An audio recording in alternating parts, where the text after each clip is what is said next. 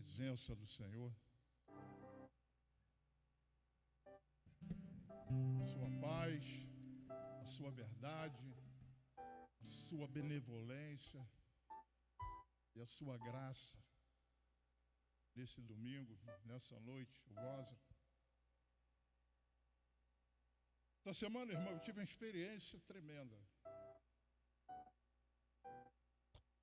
E Deus me mostrou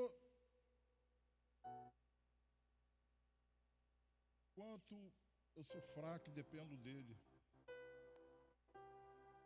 E muitas vezes, eu estou passando uma fase boa da minha vida.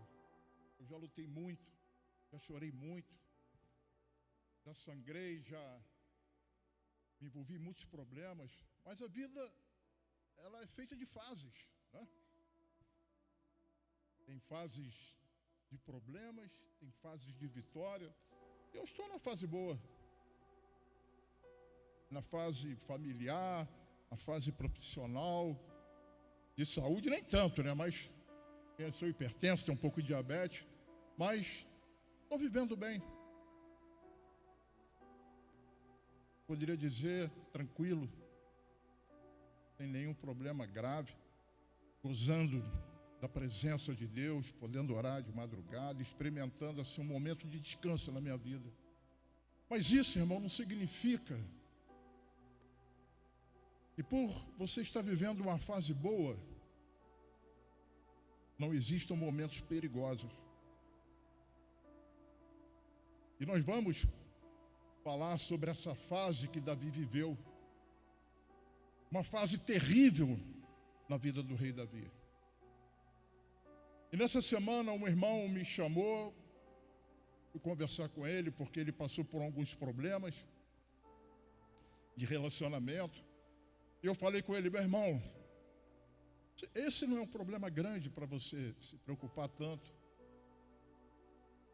Não é um problema para deixar você perturbado. A palavra de Deus diz que se você não consegue competir com os que estão a pé, como você vai competir com os que correm a cavalo? O que Deus está dizendo na palavra dele: se você está sendo derrubado ou está ficando aflito, está ficando perturbado com problemas pequenos de relacionamento, irmão, como você vai viver? Como você vai lidar quando enfrentar problemas realmente grandes? E eu conversei com ele, e acabou ali a conversa, né? E depois à noite eu fiquei meditando e pensando, né, nessas coisas.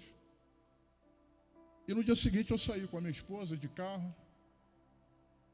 Eu tenho uma caminhonete, igual a do pastor. E na hora que eu estou na avenida, né, não estava correndo muito, aí veio um senhor com aquelas carretas de mão, né? Eles fazem uma geladeira, fazem uma enche de bagulho ali, ele vem saindo e de repente ele entrou na minha lateral e bateu no meu carro. O carro novinho. Irmão, eu não me reconheci. Eu explodi dentro do carro, graças a Deus que o vidro estava fechado. A Beth se assustou, eu larguei-lhe um palavrão. Imediatamente eu parei do carro, soltei do carro. Como é que ele faz isso? Estou confessando o pecado. Saltei do carro.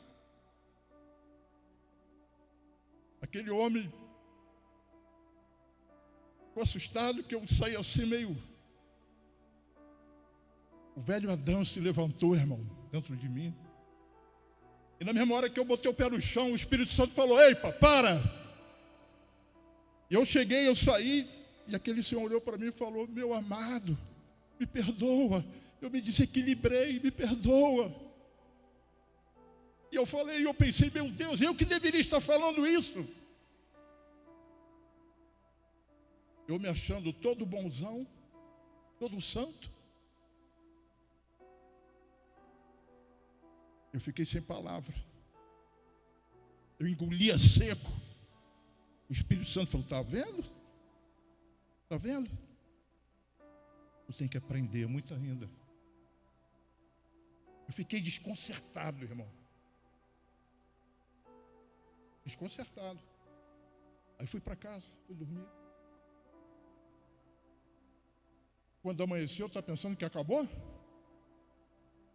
Quando amanheceu, Deus me falou: tem mais ainda para você. Vai para a sala, tem um testemunho para você ouvir. Eu peguei o celular, abri, já estava lá o testemunho. Eu nem escolhi, já estava lá. E o pastor, ele comentando que ele tinha uma vida boa. Ele era empresário, ele tinha bons negócios, casou com uma mulher linda, tinha 2 filhos maravilhosos, com casa, carro, os negócios prosperando.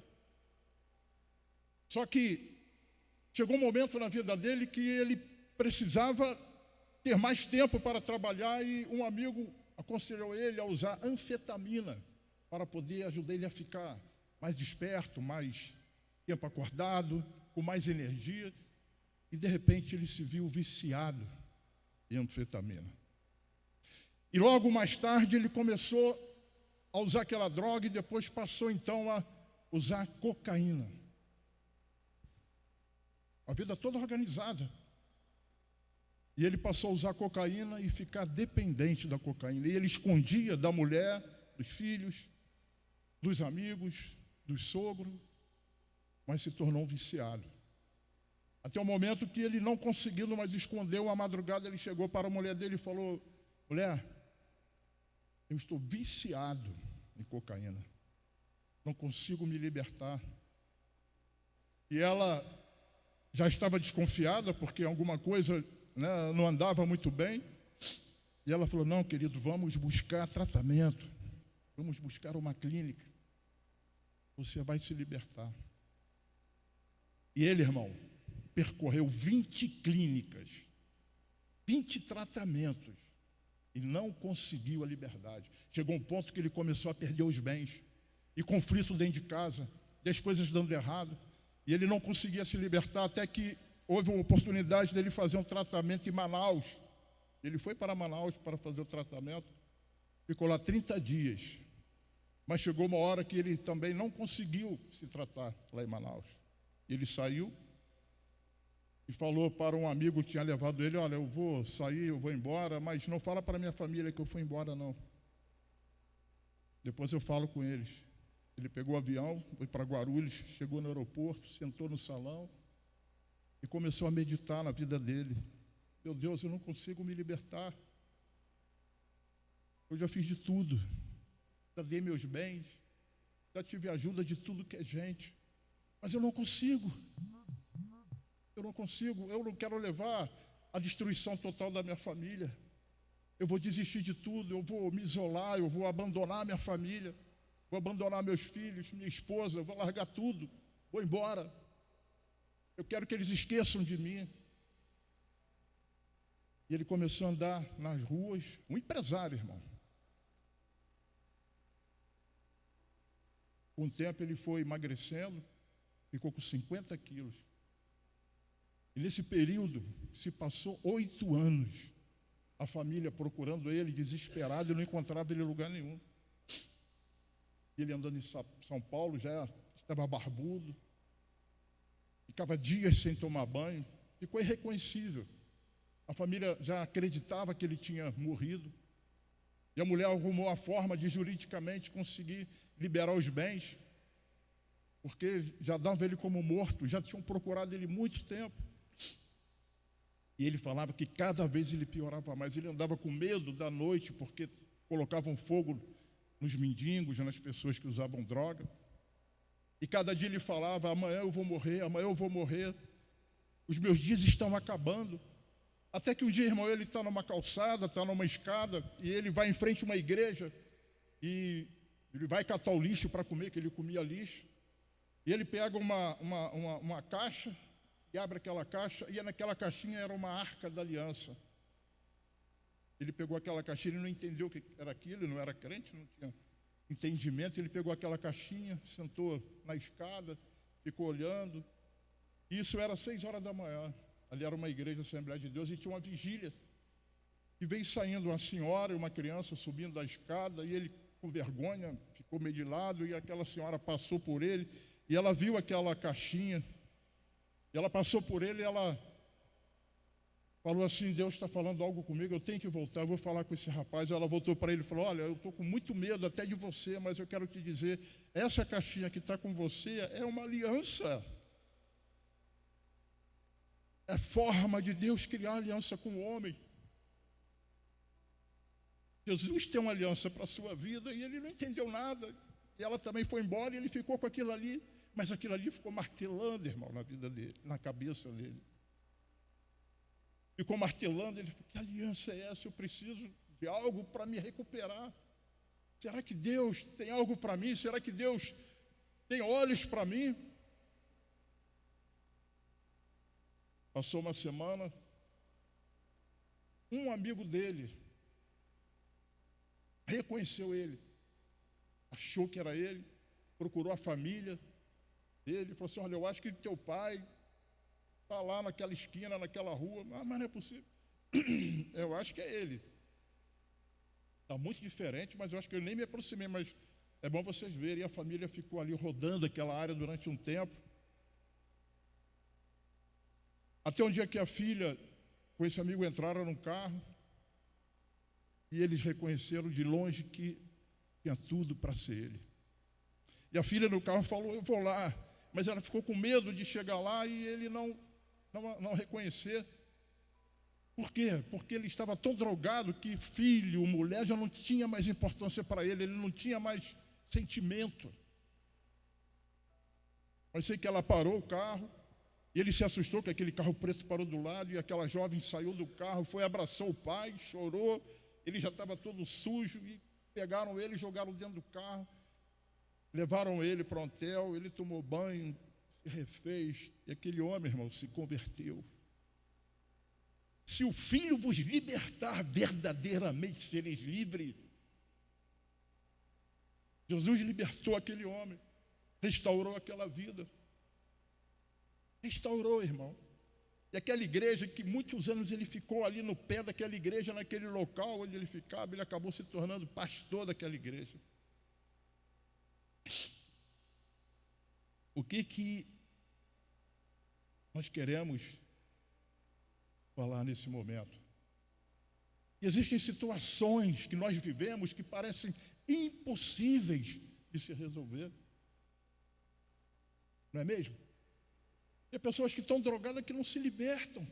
Pessoas que às vezes enfrentam doenças uma atrás da outra e não conseguem vencer. Mas Deus tem o seu horário, Deus tem o seu tempo.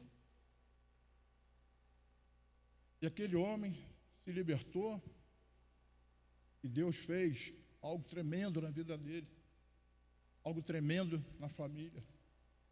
E restaurou seu casamento. E quando eu estava ouvindo aquele testemunho, irmão, esse nome, Restauração,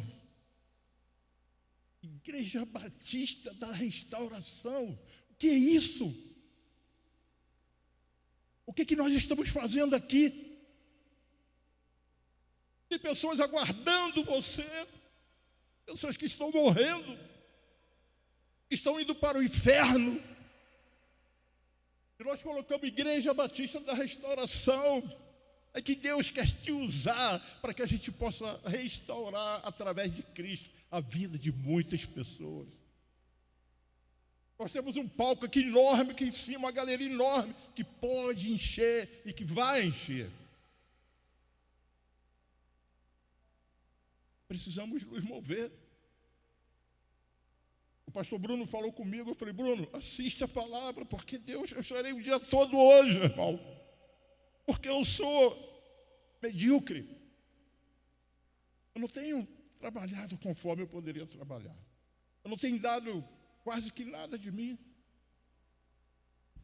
Às vezes eu me envolvo mais com as coisas do mundo, coisas que vão perecer, coisas que vão ficar.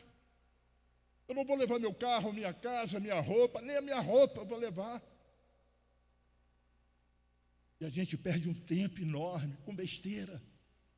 Nos aborrecemos com os irmãos que devemos amar e devemos compreender.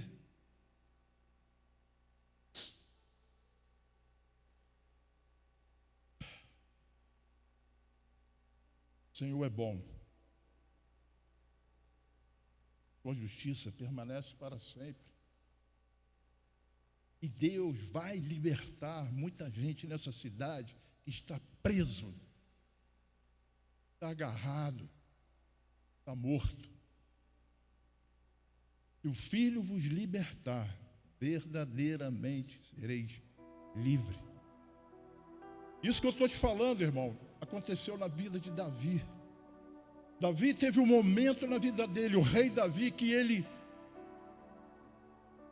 experimentava uma alegria porque tudo estava dando certo.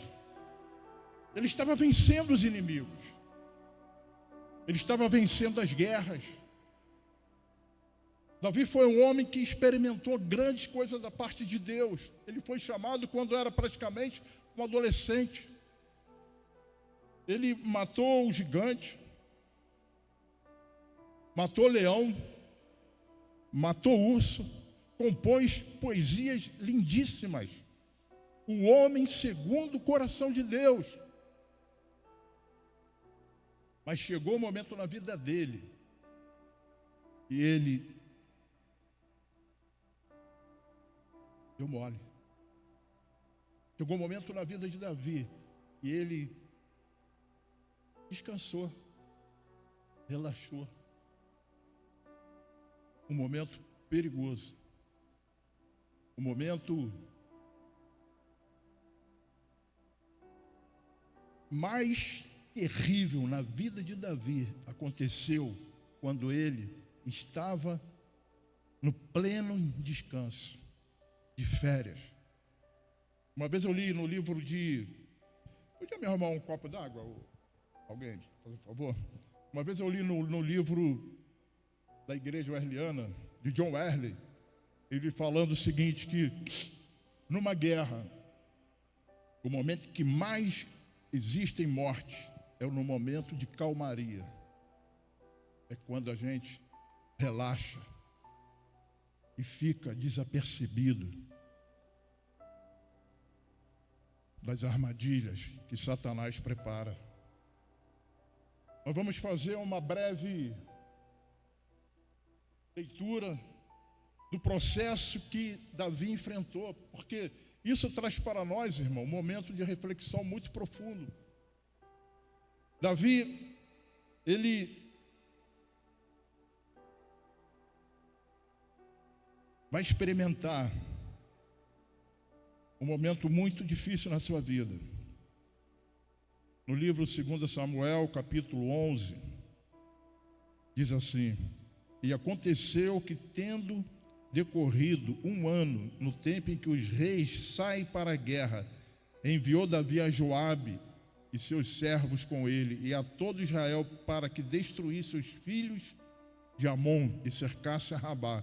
Porém, Davi ficou em Jerusalém. Veja, irmão, o texto diz: o tempo em que os reis saem para a guerra. Os reis saíam para a guerra, na frente. Mas ele ficou em Jerusalém. Foi tirar umas férias. E aconteceu, a hora da tarde, que Davi se levantou do seu leito e andava passeando no terraço da casa real, e viu do terraço uma mulher que se estava lavando, e esta mulher muito formosa à vista. E enviou Davi e perguntou por aquela mulher, e disseram: porventura não é esta Betseba, filha de Eliã, mulher de Urias, o heteu? Então enviou Davi mensageiros e a mandou trazer, e entrando ela a ele, se deitou com ela, e já ela se tinha purificado da sua imundície. Então voltou para sua casa, e a mulher concebeu, enviou e fê-lo saber a Davi, e disse: estou grávida. Então Davi enviou a Joabe, dizendo: envia-me Urias, o heteu. E Joabe enviou Urias a Davi. Quer dizer, no momento de descuido. No momento que ele estava relaxado, ele deu vazão ao seu sentimento carnal. E veja como ele foi dissimulado, né? Primeiramente, ele cometeu o pecado. Quando ele viu que cometeu o pecado, ele não se arrependeu. Ele arrumou o jeito, irmão, de dar uma ajeitada. Aquele jeitinho brasileiro, né? Vamos dar um jeito na situação. A palavra de Deus diz que um abismo chama outro abismo. E Davi, ele, olha, me traz o marido dela, me traz Urias, e eu vou conversar com ele. E olha o que ele faz.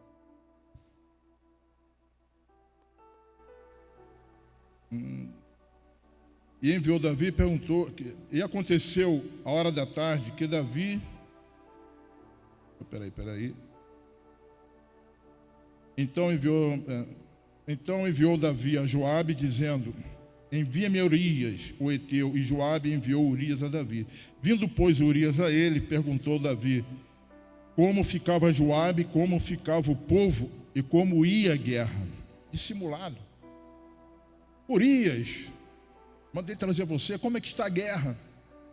Como é que está o povo? Como é que estão as coisas? Mentiroso, hipócrita. O homem segundo o coração de Deus. Irmão, se Davi era um homem segundo o coração de Deus, imagina eu na situação dessa. Você. O homem que escreveu salmos maravilhosos. Ficou numa situação melindrosa, irmão. Por que nós vamos nos achar melhor do que ele? Depois disse Davi a Urias. Vindo, pois, Urias a ele, perguntou Davi como ficava Joabe, como ficava o povo e como ia a guerra. Depois disse Davi a Urias, desce à tua casa e lava os teus pés. E saindo Urias da casa real, logo saiu atrás dele iguaria do rei. Quer dizer, Davi preparou um banquete para Urias, para que ele pudesse chegar em casa, pudesse ter um convívio íntimo com sua esposa, e assim pudesse acobertar aquele erro que ele fez.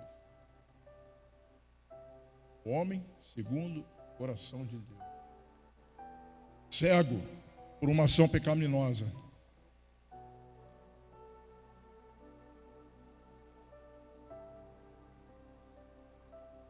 Então Davi, depois disse Davi a Urias, desce a tua casa. Porém Urias se deitou à porta da casa real com todos os seus servos do seu senhor e não desceu à sua casa.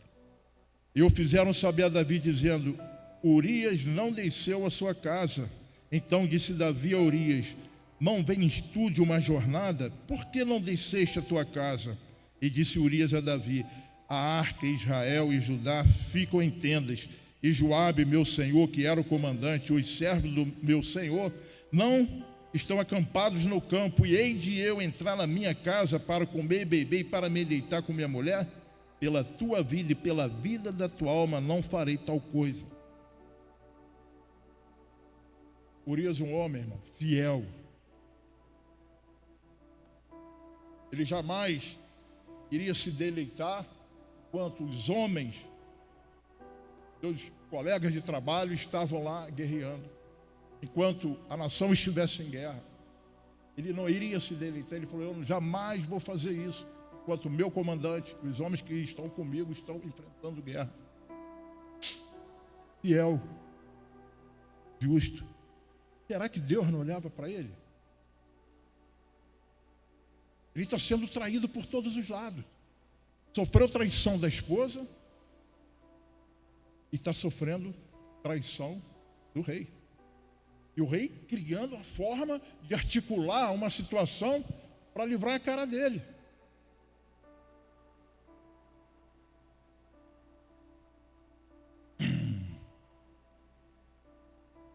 E disse Urias a Davi: a arca Israel e Judá ficam em tendas, e Joabe meu senhor e os servos do meu senhor estão acampados no campo.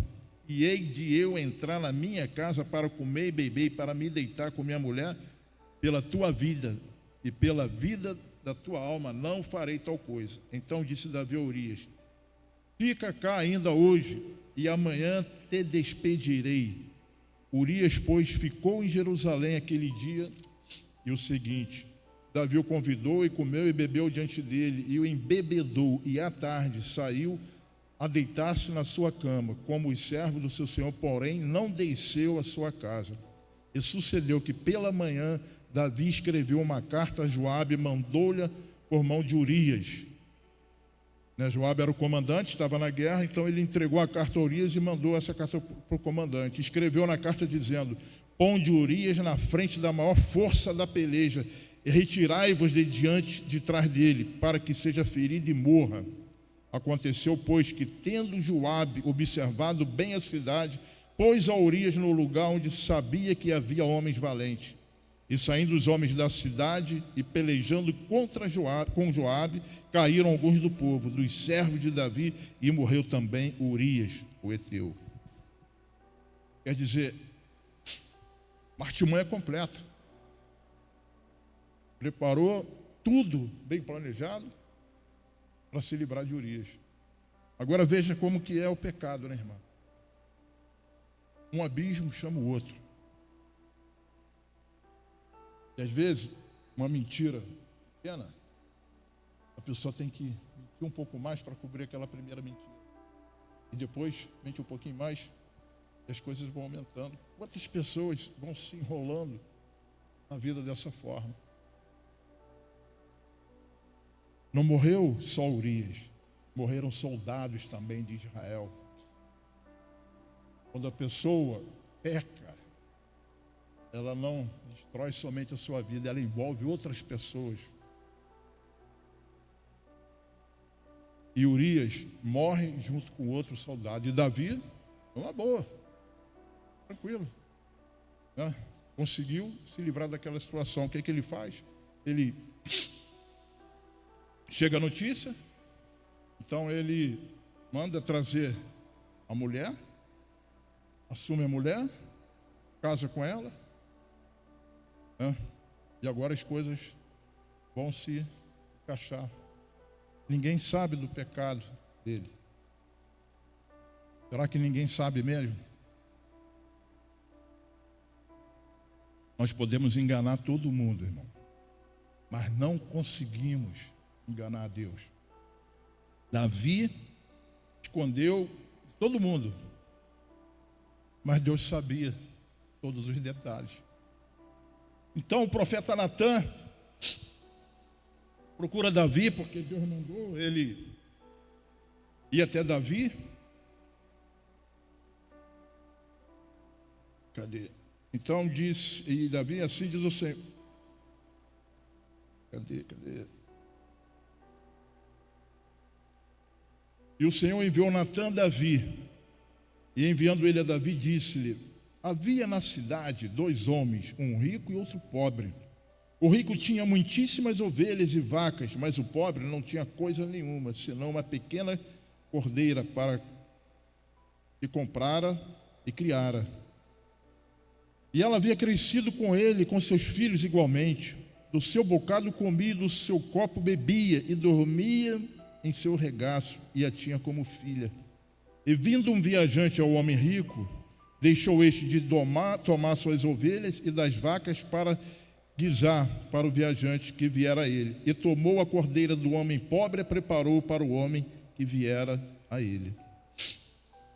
Então Davi, contou uma história. Olha, tinha um homem pobre, tinha um cordeirinho, tinha uma cordeirinha.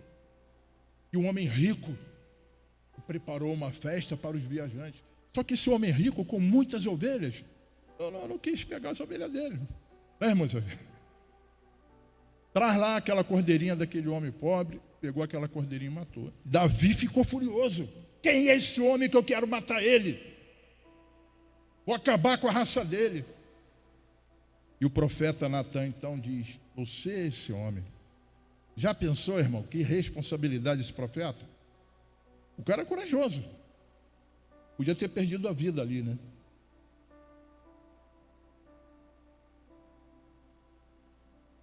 Disse Davi a Natã: pequei contra o Senhor. E disse Natã a Davi: também o Senhor transpassou o teu pecado, não morrerás. Quer dizer, Davi imediatamente reconhece que pecou. E Deus disse: tudo bem, você se arrependeu, mas todo pecado tem consequência. Todo pecado que o homem comete tem consequência. Eu trabalhei numa empresa no Rio de Janeiro, uma agência de automóveis, e o dono daquela empresa, ele tinha um amante. E conheci a família de pais, 3 filhos, uma família bem estruturada. Eu não entendia, né? Porque ele tinha amante. Eu não tinha nada com a vida dele, não podia. Tá? E mais tarde, ele participou da igreja, entrou para a igreja, mas continuou com o amante. Passaram alguns anos, eu nem mais trabalhava lá, mas um dia eu fiquei sabendo que essa moça, né, que ele era essa amante, acabou tendo uma filha, e quando a garota chegou aos 3 anos de idade, a mãe da menina morreu, só que ela não tinha família aqui. E ele ficou com uma criança de 3 anos, sem família. Pegar a criança e ficar com ela. E ele chegou com a criança para a família dele e falou assim: olha, essa é minha filha. A mulher quase morreu, uma briga dentro de casa.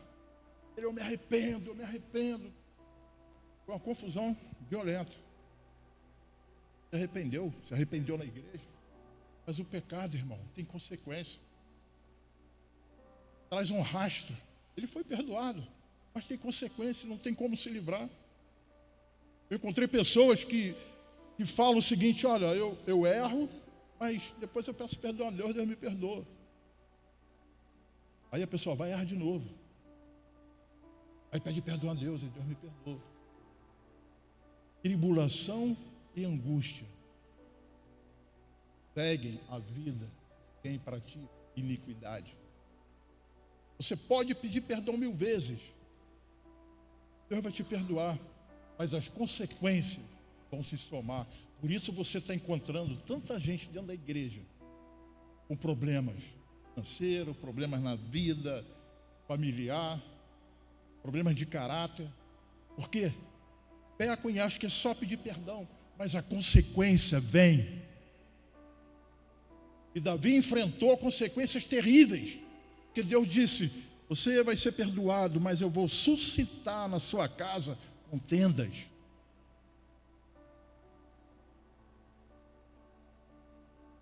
Nós vamos ver que uma das filhas de Davi foi estuprada pelo próprio irmão, Tamar. Era a menina que foi estuprada pelo seu irmão, acho que é Aminon. E depois Absalão vem, arma uma trama e mata o seu próprio irmão. Tudo isso acontecendo dentro da casa de Davi. Deus perdoou ele, mas as consequências continuaram. Você já conheceu alguém, né, que erra e acha que está tudo bem? Deus perdoa. Mas tem um preço, irmão.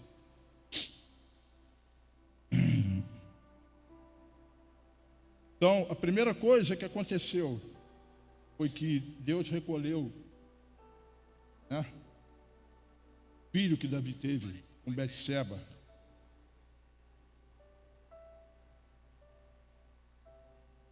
E quais são as lições que nós aprendemos com o pecado de Davi?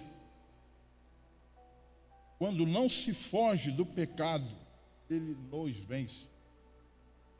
Se a pessoa tem possibilidade de errar, se a pessoa não fugir, ele vai nos vencer. Eu trabalhei aqui no órgão público, vocês sabem. Não sei porquê, Mulheres têm uma ficção por viatura, por esses negócios, farda. Quantas vezes a gente está trabalhando e tem uma situação que vem, cara, aquela facilidade. A primeira coisa que eu fazia, olha, eu sou crente, sou quadrado. Qual é quadrado? Eu sou quadrado mesmo, sou do formato da Bíblia. Eu sou crente. Porque, irmão, é carne. Quando o pecado vem, ele vem com ofertas. Se a pessoa der bobeira, ela cai. Nunca ande na beira do abismo, porque você vai escorregar. Tem gente que anda perto de casa de prostituição. Anda em situação para ficar assim, sentir pertinho. Meu irmão, vai cair, vai escorregar. Resisti ao diabo e ele fugirá de vós. Isso também, irmão, não se aplica só nessa parte, não.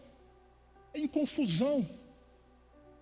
Às vezes a gente dá ouvido para uma conversa que vai levar a gente para ter diferenças e criar separações, criar facções. Irmão, eu não quero discutir com você, eu te amo. Vamos passar por cima disso. Você é pequena, você vai se aborrecer com isso. Está correndo, você não está conseguindo correr com os que estão indo a pé. Quando vier um problema grande, você não vai conseguir passar. Essa palavra ela é dura, irmão, mas ela tem um efeito violento. Porque tem pessoas que estão envolvidas em problemas e não conseguem sair dos problemas, porque não têm compromisso com Deus, não lutam contra o pecado da forma que tem que ser. Ficam dando mole para argumentos diabólicos. Na minha casa não tem televisão, porque toda hora daquele negócio. Uma das coisas que mais me aborrece hoje no celular e no YouTube, às vezes você vai ouvir alguma coisa, alguém gritando palavrão. Uma coisa horrível. Eu só tenho essa porcaria porque eu tenho que trabalhar, entendeu? Mas é isso para agredir você, irmão. É para te ferir, é para te acostumar com a iniquidade. O pastor uma vez falou para mim, Gilberto, o pecado é igual um triângulo, com as pontas bem afinadas, está dentro da sua cabeça.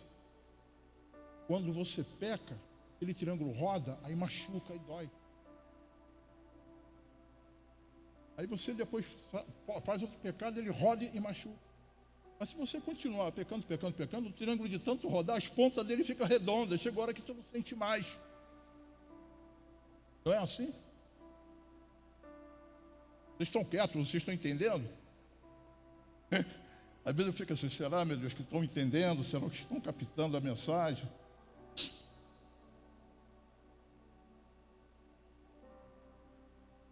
A Bíblia ensina que devemos fugir, assim como José fugiu. Quando se dá lugar ao pecado, a queda é certa. Davi estava desocupado, inatividade, sem compromisso. Estava praticando a omissão. Estava com a visão concupiscente. Davi foi seduzido por uma visão de tentação. E o próximo passo foi partir para a prática do pecado. A Bíblia diz que ninguém peca de repente. As coisas não acontecem imediatamente. Ninguém entra na droga, irmão, imediatamente. Eu saio daqui, vou usar droga, eu resolvo usar droga. Não, as coisas começam devagar. Tem um amigo, olha só, cara, você está muito preocupado, está cansado, você não quer relaxar. Toma uma anfetamina.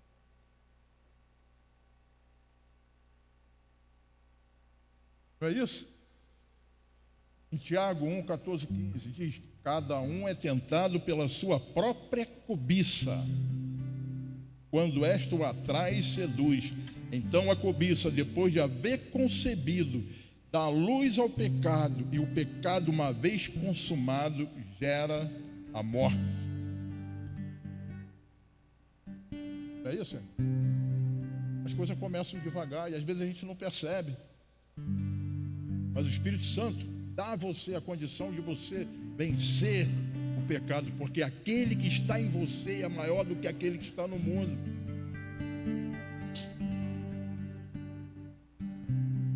Semana passada eu estava numa mesa jantando e uma das pessoas estava sendo acusada por um crime que ela cometeu há muitos anos atrás. E essa pessoa estava ficando sem alimentos. Crime que as mulheres cometem, né? Mas a pessoa que estava acusando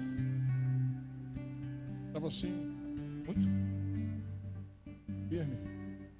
Para sair daquela conversa, eu falei assim: olha,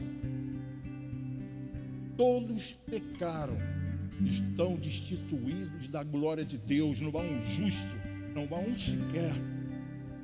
Ela se arrepende do seu pecado, Deus perdoa, e quem sou eu para julgar?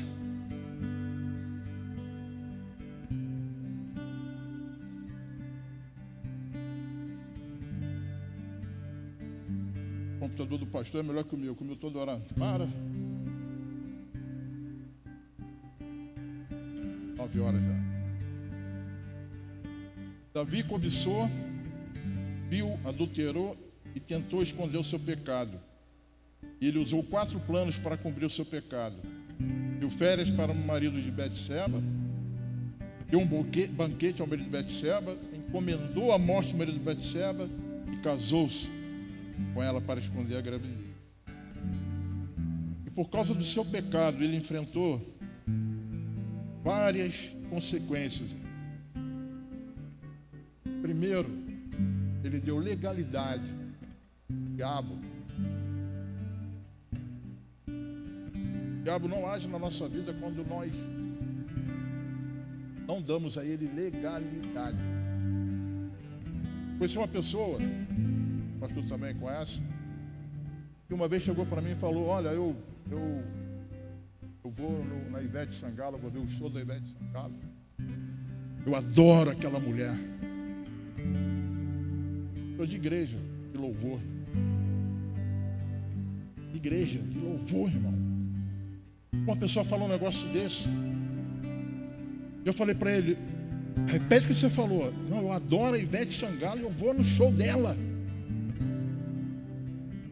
Irmão, eu não quis proferir nenhuma verdade para ele, para destruir a vida dele, mas eu falei: escuta bem, você pode até ir, porque você é livre para tomar a decisão que você quiser. Diante de Deus você faz o que você quiser, mas você vai perder sua família por causa dessa decisão. Irmão, não tem condição de adorar 2 senhores: ou servimos a Deus ou servimos ao diabo. E foi isso justamente que aconteceu. Eu falei: dê sorte se você não perder a sua vida. É sério, irmão. A gente não vem aqui para brincar, conforme eu falei alguns dias atrás. Eu não estou aqui, o pastor não está aqui para cortar com canivete, laranja e abrir latinha de sardinha, não. Nós estamos aqui para puxar espada, para separar a tua alma do teu espírito. É espada, irmão, é espada. O Senhor morreu na cruz para que tivéssemos vida eterna e para condenássemos o pecado como pecado. O Senhor é o Senhor que restaura, que cura, que liberta, que salva. E a palavra dele é espada, não é um canivete para cortar laranja, é espada que separa a alma do espírito. Eu não sei qual o problema que você está passando agora, quais são as dificuldades que você está enfrentando, mas o Senhor está aqui, o Espírito Santo está aqui. Quer ser curado? Se ajoelhe, se humilhe perante o Senhor. Quer transformação na sua vida? Assuma compromissos e pague o preço. Eu não sei, irmão, quando eu morrer, se eu vou morrer como Davi, que morreu na velhice, ou se vou morrer como Paulo, que morreu degolado. Mas de uma coisa eu sei: não vou deixar de servir ao Senhor, não vamos deixar de servi-lo, porque um dia estaremos com Ele para sempre. Amém? Glória a Deus.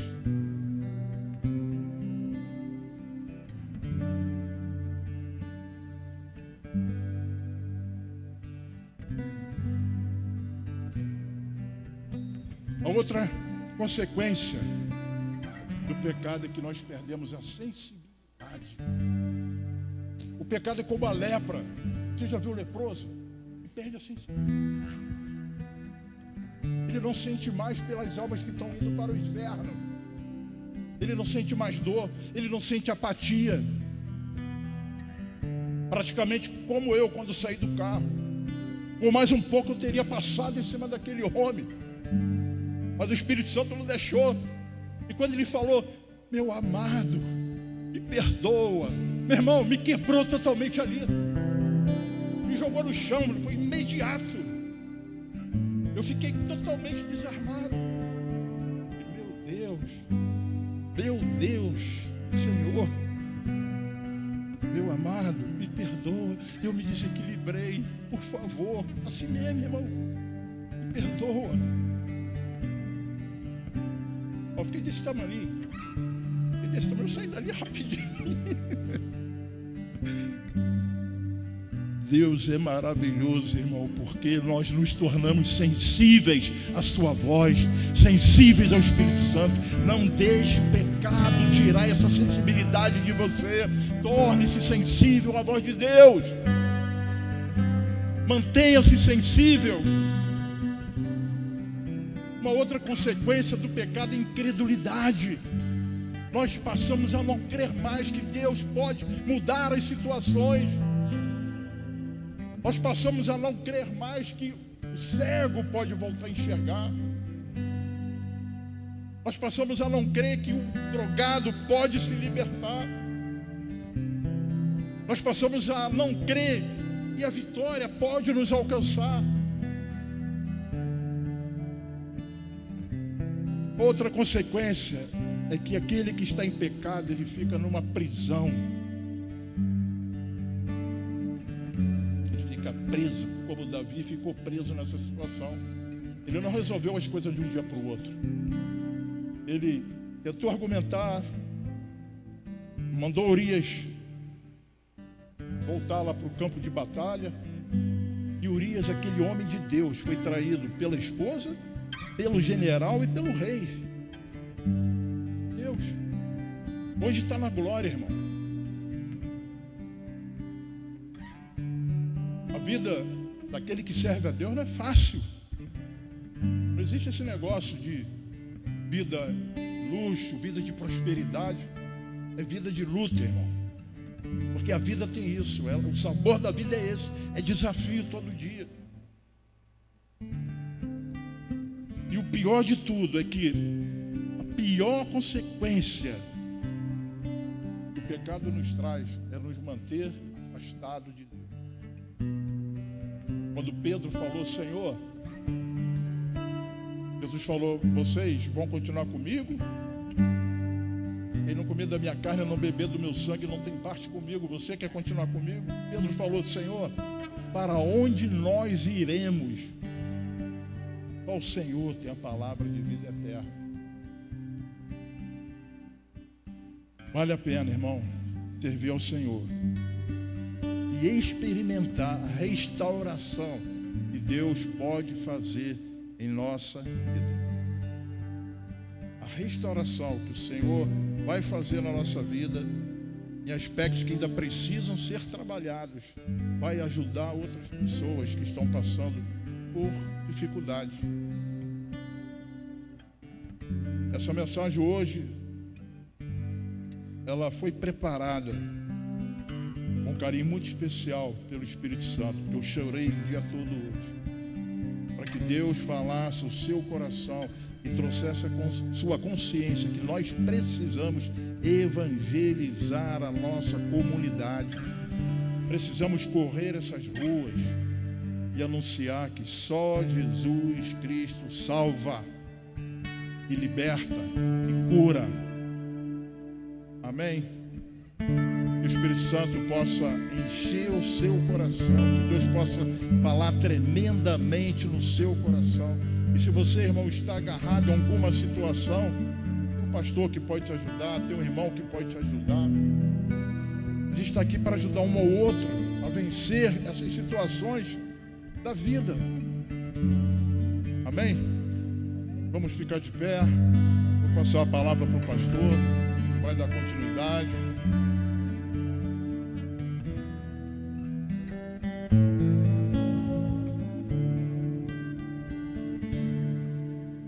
chegou a dizer para o Senhor: crie em mim um coração puro, e renove em mim um espírito inabalável.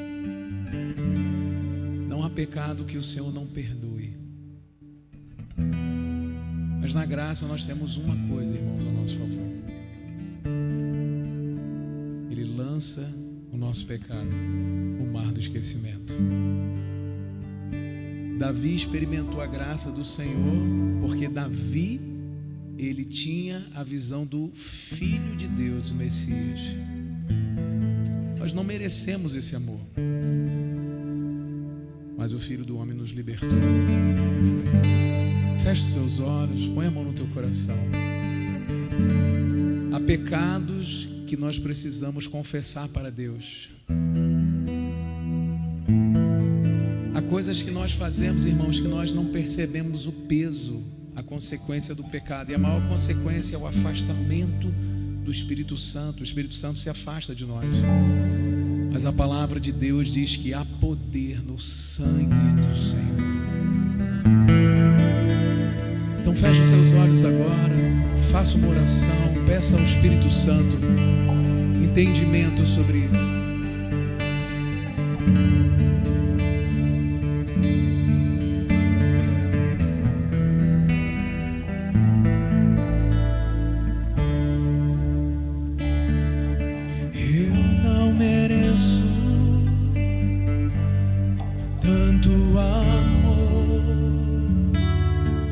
Eu não sou digno do teu perdão. A dor que passou meu rei e meu Senhor, sempre o adorarei. Confesse, eu não mereço, eu não mereço amor. Eu não sou digno do teu perdão.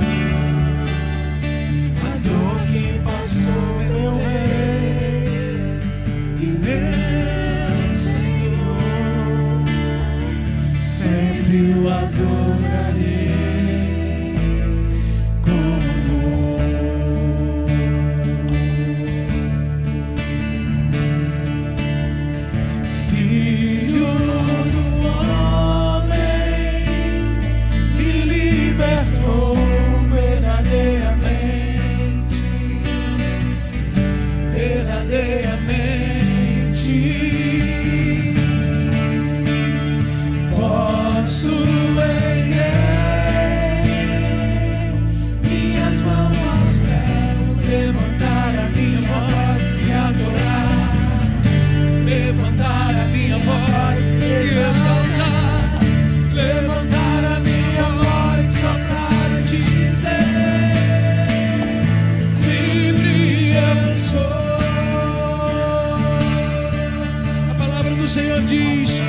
Confessardes os vossos pecados, Ele é fiel e justo para vos perdoar os pecados e vos purificar de toda injustiça. Nós cremos nessa palavra que diz: se com tua boca confessar que Jesus Cristo é o Senhor e no seu coração crer, será salvo da ira de Deus. Nos libertou verdadeiramente.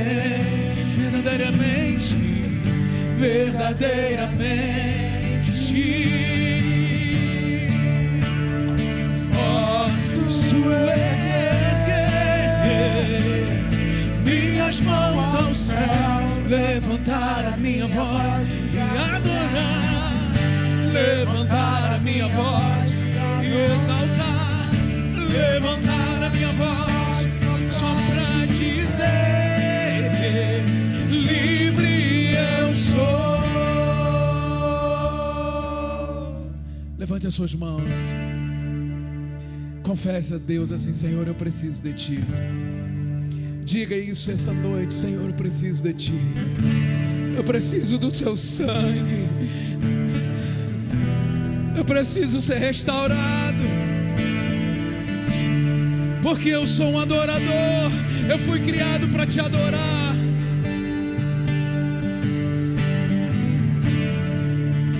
Eu preciso de ti, Senhor.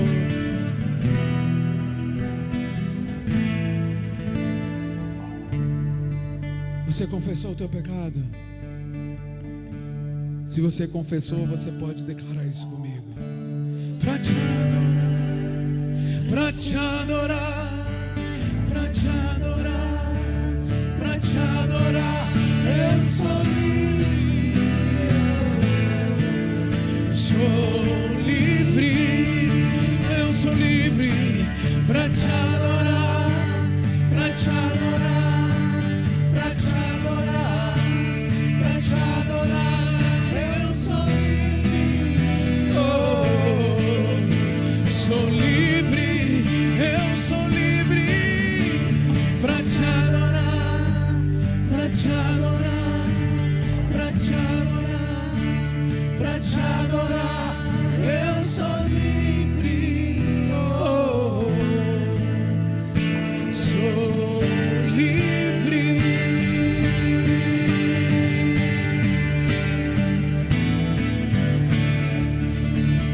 Aplauda Ele. Amém. Estenda a tua mão. Eu vou abençoar a tua vida para você ir embora. Mas eu vou terminar esse culto adorando, celebrando. Enquanto você está saindo, você vai ouvir a letra desse louvor. E você vai para a tua casa. Você vai ter comunhão com seu irmão ali fora. Aonde você for, a presença do Senhor Jesus estará na tua vida. A palavra declara isso. E quando nós confessamos, o que o pastor Gilberto fez hoje aqui é tremendo. Ele confessou um pecado. Diga para a pessoa do teu lado: confessar pecado é libertador. Perdoar e receber perdão é libertador. Quando nós confessamos, irmão, nós perdoamos. E quando nós perdoamos, nós somos restituídos, porque o perdão de Deus e a graça dele é maior que tudo.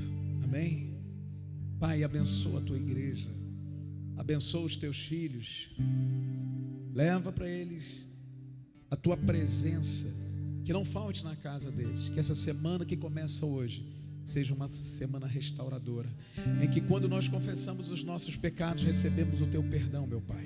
Amém. E que a graça do Senhor Jesus, o amor de Deus, o nosso Pai, e as doces consolações do Espírito Santo repousem sobre cada um deles, não hoje, mas até a volta do Senhor.